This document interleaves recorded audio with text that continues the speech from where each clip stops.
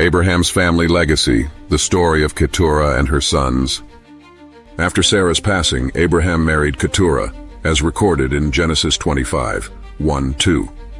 The Bible describes Keturah as Abraham's concubine in some texts, leading to debate about whether she was a wife or secondary partner.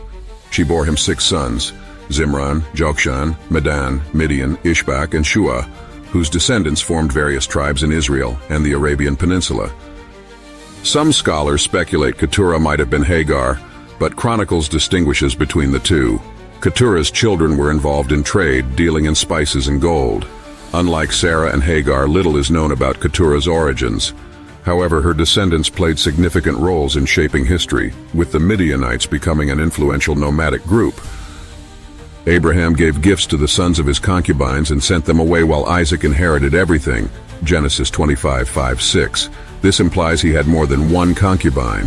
One reason for marrying Keturah could be his concern about Isaac's future. Rebekah remained barren for 20 years after marrying Isaac, prompting Abraham to ensure his lineage continued by fathering more children. Given his advanced age, Abraham may have felt an urgency to secure his family's future and maintain his legacy. At 140, Abraham married Keturah, and their children were born during Rebekah's barrenness. When she eventually gave birth to Esau and Jacob, Abraham solidified Isaac as his heir and sent Keturah's sons away. Despite God's promise that Isaac would carry his legacy, Abraham may have doubted after nearly sacrificing him. The angel's words about Ishmael being a wild donkey of a man, Genesis 16:12, may have also influenced Abraham's decision to father more sons with similar characteristics. Ishmael and Keturah's sons led nomadic lives, never forming a kingdom. The Midianites, Keturah's descendants, interacted with Israel throughout history.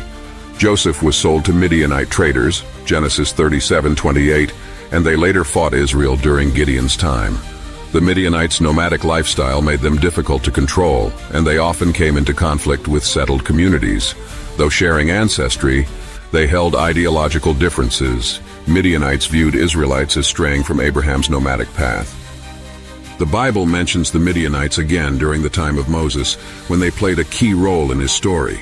Moses fled to Midian after killing an Egyptian, and there he married Zipporah, daughter of Jethro, a Midianite priest, Exodus 2:15-21. This connection between Israel and Midian illustrates how the descendants of Abraham's sons, though separated, continued to interact and influence each other's destinies. Abraham's nomadic lifestyle influenced his descendants. While Isaac settled, Ishmael and Keturah's sons embraced a life of freedom in the wilderness, resisting materialism. Their migration to the land of the East suggests an intentional dispersal rather than settlement. Abraham's decision to send them away may have been both practical and prophetic, ensuring that different branches of his lineage would flourish independently. The Midianites, for example, were known for their wealth and trade.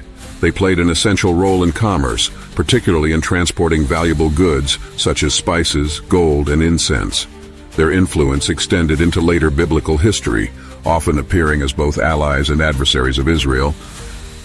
Abraham died at 175, and only Isaac and Ishmael attended his burial, suggesting Keturah's sons were too distant or uninformed.